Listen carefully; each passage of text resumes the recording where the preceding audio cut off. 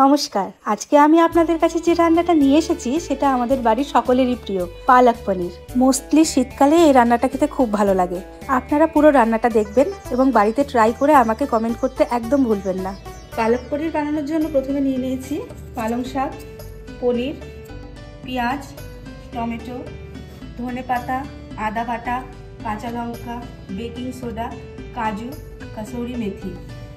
ফোড়নের জন্য নিয়েছি গোটা জিরে, অল্প একটু হিং, কুচনো রসুন, আদা, আর মশলার জন্য জিরে গুঁড়ো, লঙ্কা গুঁড়ো, হলুদ গুঁড়ো, নুন, আর নিয়েছি বাটার আর ফ্রেশ ক্রিম। প্রথমে পালং শাকটা কেটে নিচ্ছি।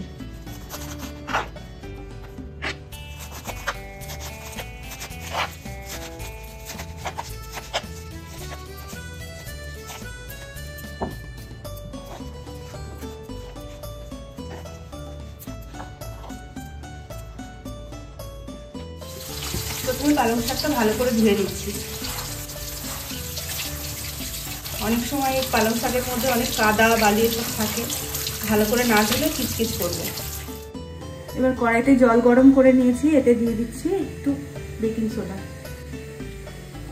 এটা দেওয়ার আসল কারণ হচ্ছে যাতে পালং শাকের কালারটা ভালো থাকে। এবারে দিচ্ছি কাজু, এটা টেস্টের জন্য। জলটা ফুটে গেছে, পালং শাকটা এবার এতে দিয়ে দেবো, কিন্তু পালং শাকটা ফোটাবো না, 2-3 মিনিট রেখে তুলে নেব।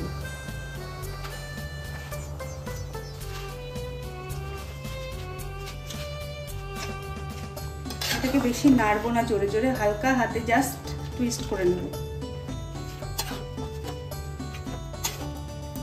1.5 থেকে 2 মিনিট ভিজিয়ে রেখেছি, এবার তুলে দিচ্ছি। চাটনির মধ্যে জলটা ঝরাতে রাখছি।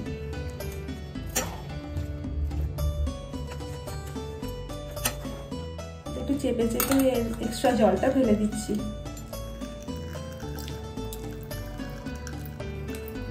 একটা বাটিতে বরফ নিয়ে নিয়েছি, তাতে জল দিয়ে দিচ্ছি। সেদ্ধ করা পালং শাকটা এর মধ্যে দিয়ে দেবো, তাতে এর কালারটা ভালো থাকবে, মানে সবুজ থাকবে। এতে বেশ মিনিট 5 মতো ভিজিয়ে রাখবো।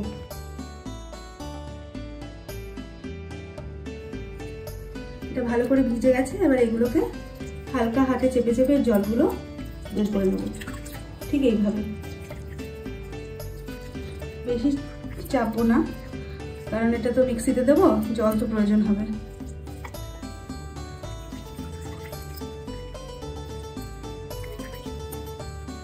শাকটা পেস্ট করে নেব। এবার তাতে দিয়ে দিচ্ছি কাঁচা লঙ্কা আর একটু ধনেপাতা। ধনেপাতাটা দেওয়ার কারণ হচ্ছে জাস্ট এক পালং শাকের একটা গন্ধ থাকে না, সেটা একটুখানি যাতে চলে যায়। পেস্টটা কিছুটা এরকম দেখতে হবে, মিহি করে বেটে নিতে হবে। এবার কড়াইতে তেল দিয়েছি, সাদা তেল, আর দিচ্ছি মাখন।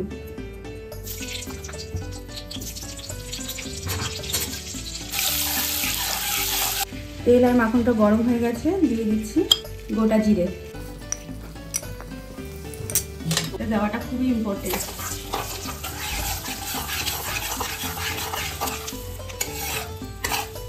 দেখাই যাচ্ছে। এবার দিচ্ছি রসুন কুচো, বেশ অনেকটা পরিমাণেই দিতে হবে। রসুন কুচিটা ভালো করে ভেজে নিচ্ছি। এবার দিয়ে দিচ্ছি আদা কুচি, খুব সুন্দর স্মেল আসছে রসুনের। দিচ্ছি হিং। ওগুলো ভাজা হয়ে গেছে, এবার পেঁয়াজটা দিয়ে দিচ্ছি।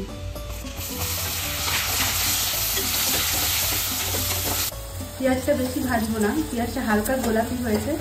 এবারে দিয়ে দেবো টমেটো কুচি।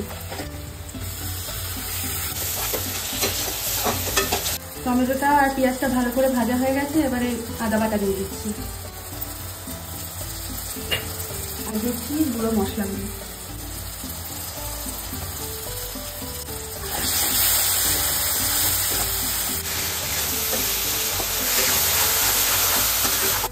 মশলাটা ভালো করে কষা হয়ে গেছে, তেলও ছেড়ে এসেছে।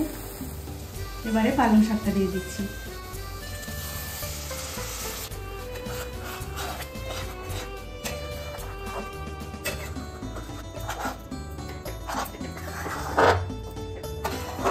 খুব ভালো করে পরে এবার এটাকে ফুটিয়ে দেবো।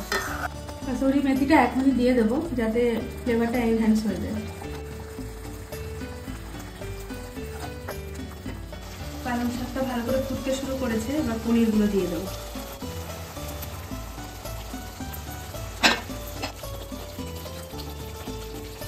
এবার কিছুক্ষণের জন্য ঢেকে একটু ফুটতে দেবো।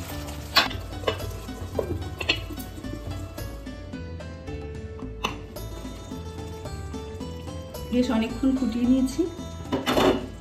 এবার এর মধ্যে একটু স্বাদ বাড়ানোর জন্য দিয়ে দেবো চিনি।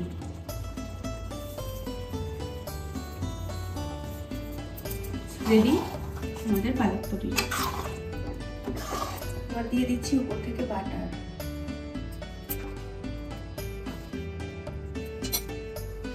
গার্নিশিং এর জন্য ধনেপাতা।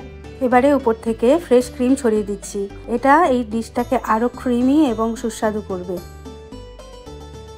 রেডি আমাদের আজকের ডিশ পালক পনির। সবাইকে ডিনার সার্ভ করে দিচ্ছি, দেখি সবার কেমন লাগে।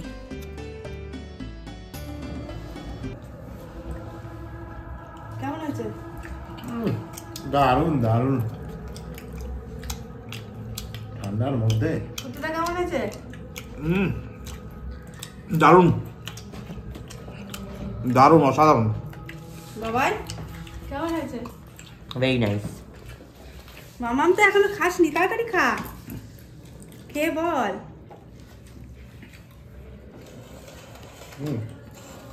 হ্যাঁ দিয়ে দিচ্ছি স্যালাড।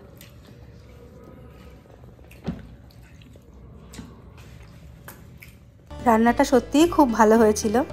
আমার ভিডিওটা ভালো লাগলে লাইক, কমেন্ট, শেয়ার করুন আর আমার পেজটা অবশ্যই ফলো করবেন।